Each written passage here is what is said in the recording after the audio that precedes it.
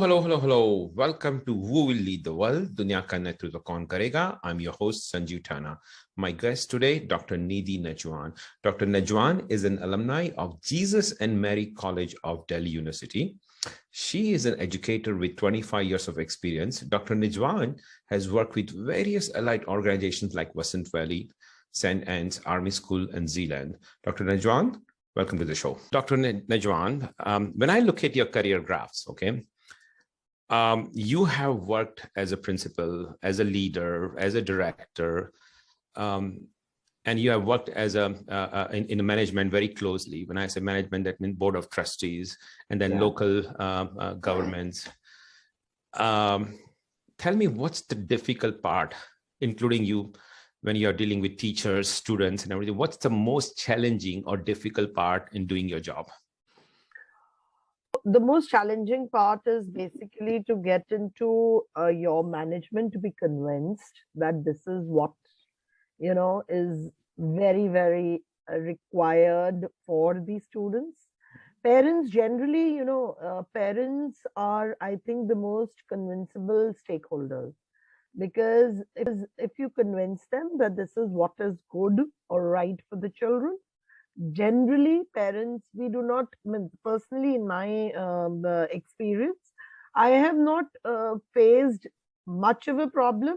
But yes, if I divide, say if I was to introduce an experiential or a concept based curriculum in the rural part or in the B or the C cities of the country, definitely there I needed more of convincing to the parents. But somewhere, once they convince, then it's a very then one added advantage goes is that in the rural part or in the B or C cities, the advantage is that if one family gets convinced, then it becomes a network. You have 20-30 families getting convinced of the same idea, because we have a joint family kind of a system in the B and the C cities. Related to the A cities, if I talk of the metros and the niche crowd, so the niche crowd, yes, to a certain extent, parents are educated. There's no doubt about it. They're very open. They're more, they get convinced easily about a new concept or something new that we're introducing. But yes, for the management, when I talk of the management, the problem or the challenge comes is that you have something, you have a product, but then the implementation of the product matters a lot. Product creation and product implementation. So when we come to the implementation part, somewhere convincing the management of training the teachers who are basically the facilitators who are going to facilitate or initiate the implementation, that is where a gap comes. Because somewhere in our country, if I talk of India, and I've traveled length and breadth of the country, if I talk of the Indian schools as such, what we lack primarily is a skilled workforce, and the along with the skilled workforce, now to make them a skilled workforce, we require trainings, and somewhere management is not very open to spend on the trainings. So till the time a product training is not done of the teachers, the implementation, there's a gap. And when the gap occurs, then the problem.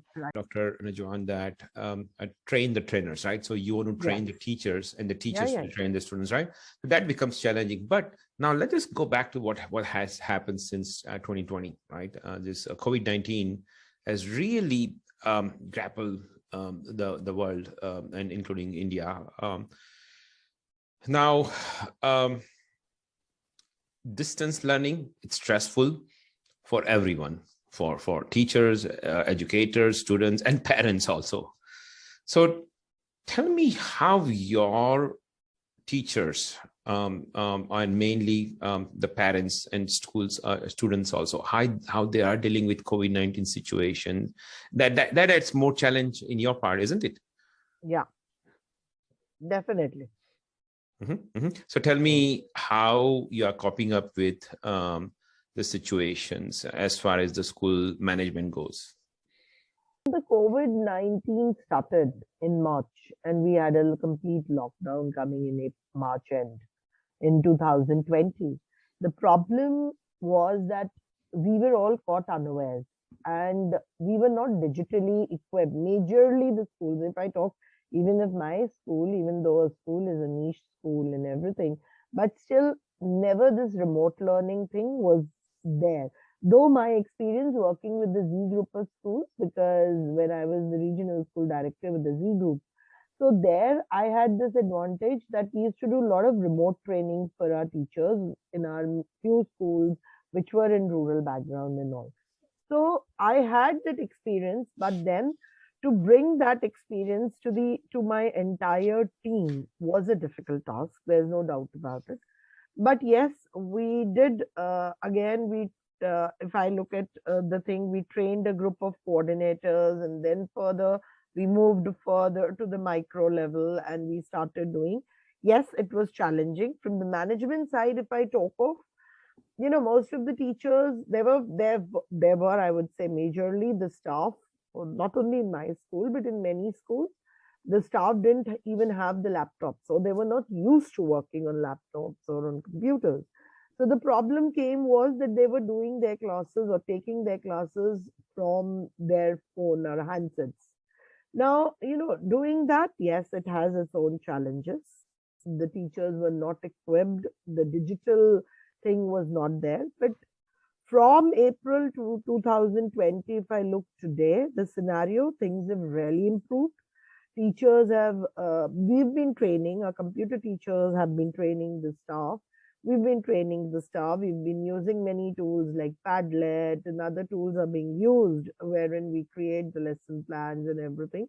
And then, yes, there have been companies also coming up, and all of a sudden we are digitalized in India now, and we are getting lesson plans, and now there are companies who are giving their entire curriculum on tabs and all.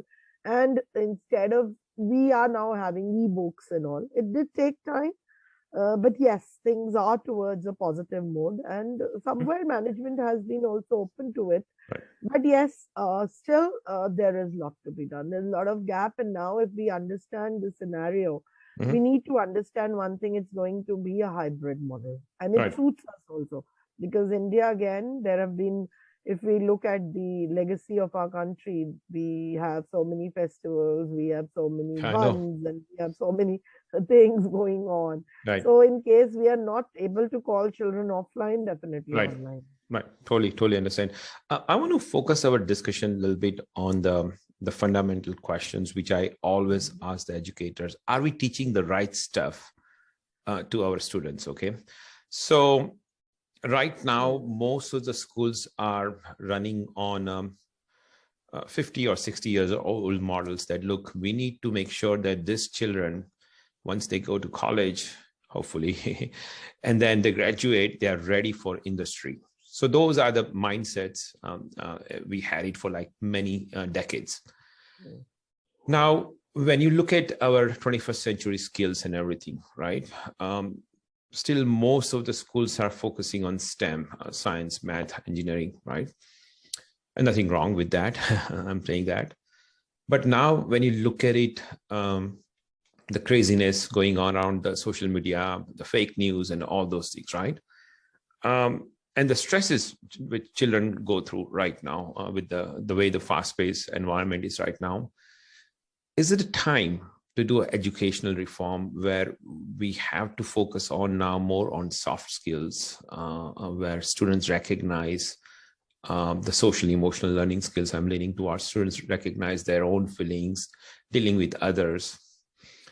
Isn't that true that right now the schools are not putting enough emphasis on the soft skills? Because when it comes down to soft skills like this, most of the time, or non-cognitive skills, I mean, I don't want to say that social emotional learning won't require, it does require a lot of problem solving and everything. The point I'm trying to make here is that isn't it time that we all, especially in India, that we need to integrate social and emotional learning skills, or we had to do some kind of educational reform where life skills or soft skills should be integrated or blended with the core curriculum? Some schools, all IB schools, I know that they have this logics, and then SEL as a side subject, or maybe integrated with that. But I'm kind of surprised that schools have not adapted this social and emotional learnings, logics, as their in their main curriculums. What are your thoughts? I think you're absolutely right there, because though we have done away with so-called rote learning, quote unquote, we do say that we are now experiential learning schools. CBSE hops on it also, and we are doing to a certain level. But yes, soft skills is one thing which we've just put it in the cupboards, and we feel that yes, we are doing a good job out of it, but we are not realizing that there is a gap. There's no doubt about it. When we talk of soft skills, we talk of the social learning thing. Yes, definitely we are way behind about it. There's no doubt about it. And again, I say our own facilitators are not equipped enough to have that kind of skill set, so that further it gets fostered in the students. Right. Yes, there is a gap. There's no doubt about it. So especially now, NEP 2020, Yeah. Indian government national education policy, they have introduced that socio-emotional. That's what I remember vaguely. And then life skills should be integrated starting from pre-K. Okay, starting from pre-K. So I'm kind of anxious, and I'm looking forward that NEP 2020 will be implemented someday. I know that this COVID came in between. I'm assuming that that's one of the reasons it's still not been implemented all the way. But tell me about it. Do you think that if NEP 2020 will be the future, it will be implemented, do you think our schools, public schools, private schools are equipped? Just now you mentioned that teachers are not, maybe, but do you think that how we should be implementing that NEP 2020? Now, the reason I'm saying NEP 2020, that's the word what industry is using right now, but you know that this new policy, right, it's coming out. In your opinion, how it should be implemented? Yes, NEP has been a very positive way forward, and everybody, had pandemic not been there, we're all very excited that the actual implementation will start by the end of this session only. But then, yes, there is a gap here, because unfortunately we have made a policy, but the backward thing, the vertical progression about its implementation has not started as yet.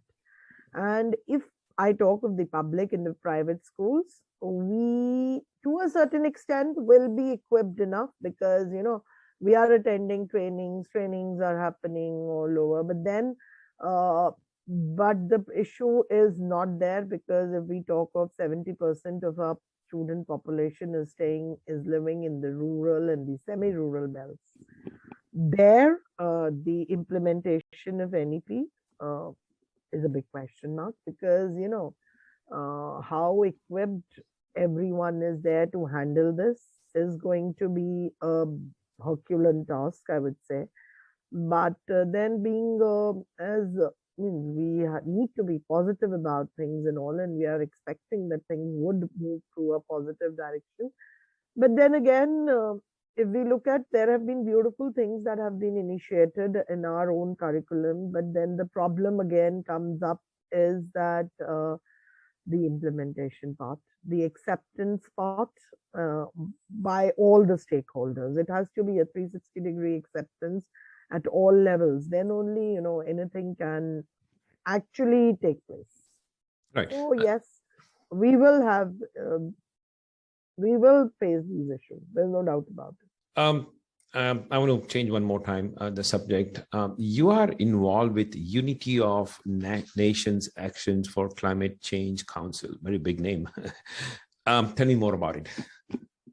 Basically, on sustainable goals, it's working, and we are a group of people, huge now, across different nations, and it's all honorary. We are working on it, and we are working and holding in our own capacity the webinars and teaching the students about, because at the end of the day, what we are facing today, had we done all these sustainable goals in acceptance, or the sustainable goal education had been there, maybe pandemic won't have happened the way it has happened, because to accept and to respect nature is also very, very important. So we talk of the sustainable goals here, and there are different climate related goals that we are working on, and we have a lot of sessions on it when we're involving our students, and so that the next generation that is coming up has, is very well educated related to all these goals. Share my screen with you, okay? Because guess what? Where I come from, we do have our own sustainable goals also.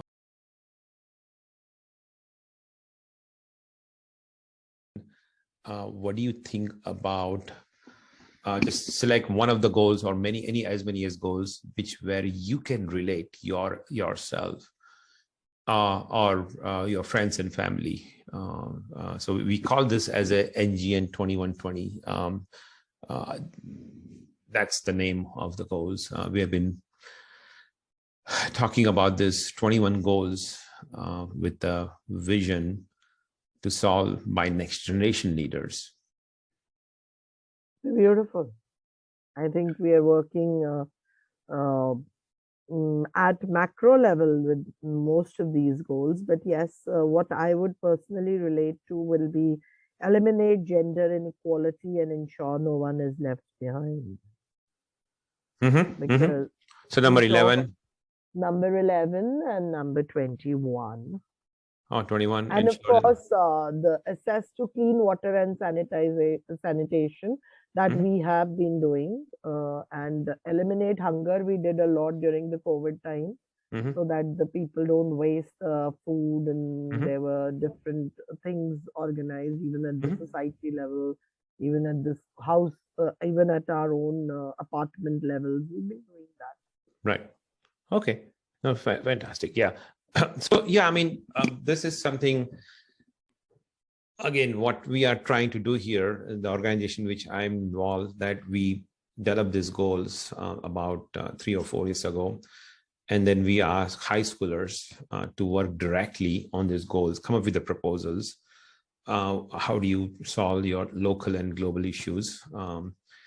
And now we have started a disruptive model that, okay, how do we integrate these 21 goals into math? So math to solve global issues, numbers to solve global issues, into social and emotional learnings, and then logics also. And then we want to blend this global issues with different core subjects. So that's our vision is right now. So this way, educators and also students, they will get the first-hand knowledge about or real life experience about these goals, the sustainable goals, what you are referring to right now. Do you think it's a good concept? Beautiful. Because when we talk of, if I talk of the eliminate gender inequality, it is, if it gets integrated. Like if we look at the CBSE books, I'm basically a political science person. So when we talk of civics portion of the thing, we do talk of gender inequality. And in case we are able to integrate it with case studies and then open project work and all, definitely this is the need of the hour. We have improved, but then still there are gaps. And then if I talk of ensure that no one is left behind, it very well relates with our own directive principles, education for all. If we talk of the free and compulsory education, it is very well coordinated with our own directive principles. So what was when our constitution came into being. So I think they're beautiful. Right. And that's what we are calling as a education reform. We are not here to change the curriculum. We just don't want to influence any curriculum, but we do want to teach the right stuff. And then there's a gap we have identified. And that's where we are just teaching this, that look, it's not going to confuse a child. It's going to empower the child to learn this real life math, so that you don't have to memorize your formulas every day. There's a way to learn. So anyway, let's just go to your personal life. You married to an army person. Yeah. Now you mentioned in your bio that you enjoy traveling with your husband. Oh yes, okay. I love it. Tell me your chemistry. Tell me your math. What's about that? What exactly? Because I feel being married to an army officer, and we got married pretty young, and most of my education I did after I was a graduate only when we got married, and then I did my post graduation. I did my B.Ed and all after my marriage, and being married to an army officer, there was a lot of learning that used to happen. Though yes, every 2 years. We used to move out to somewhere. That stability in my CV was a woe. But then wherever you went, when he was posted, say in Punjab, you learned many things there. You picked on the way there. You picked on the issues there. And then when he got posted to Assam, there was a different story altogether. In 2014, in fact, in 2012, he quit army, and now he's working as a senior director with an American MNC, and he's basically from the Corps of Engineers. So he's an engineer and a civil and geotech engineer. So now he's into project management. Awesome. So with that, let me start our NG and rapid fire. It's a very quick questions, and you have to answer very quickly. So now let's just talk about your husband. Who is a better teacher, you or your husband? Definitely me.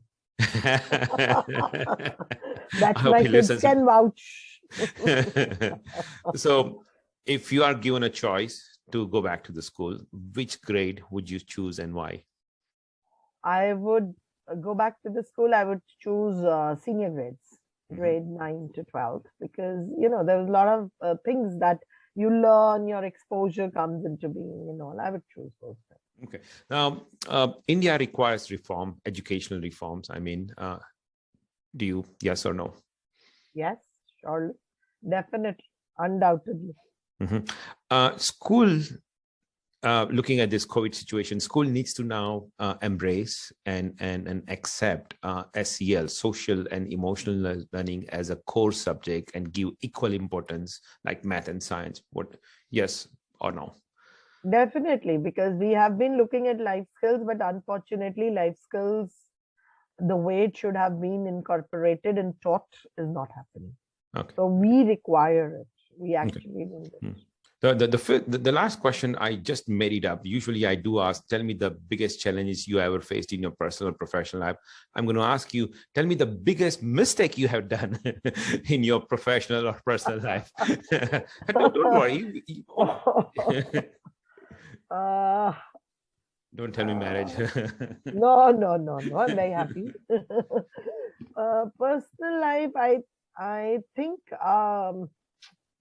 somewhere I felt that I should have looked at becoming an entrepreneur way back. I should have looked at working both personal and professional. I should have looked at starting my own, maybe a small little school, and then moved on, because now personally and professionally what I feel is there is so much you want to do, but then the hands are tied down because boss is always right. So in retrospect, you wanted what I could have done maybe 10 years back, what I could have done, started a small little thing, and like what you've done, just got into your passion, followed your passion. Fair enough. No, thanks for being honest. Thank you, Dr. Nijhawan. I thank you so much for coming down here. I know you are busy, especially in this. It's a pleasure, and it's always, I love learning, because I feel learning never stops. So this has been a beautiful learning. Yeah. You know what? Whenever I talk with educators like yourself, who are in a good position like yourself, one common trait that all of you have is that you guys are active learners. I mean, that's a success mantra behind is that it's not that you are now successful principal or director, stop learning. I think you want to constantly learn. That's the great thing I'm learning. I didn't realize. My mantra is unlearn, learn, relearn, because that's what keeps you going. Okay. So, excellent. So let's just stay in touch. I hope that you will come down to our show. Thank you so much. Yes. Thank you so much. Pleasure. Namaste. Thank you very much. Namaste.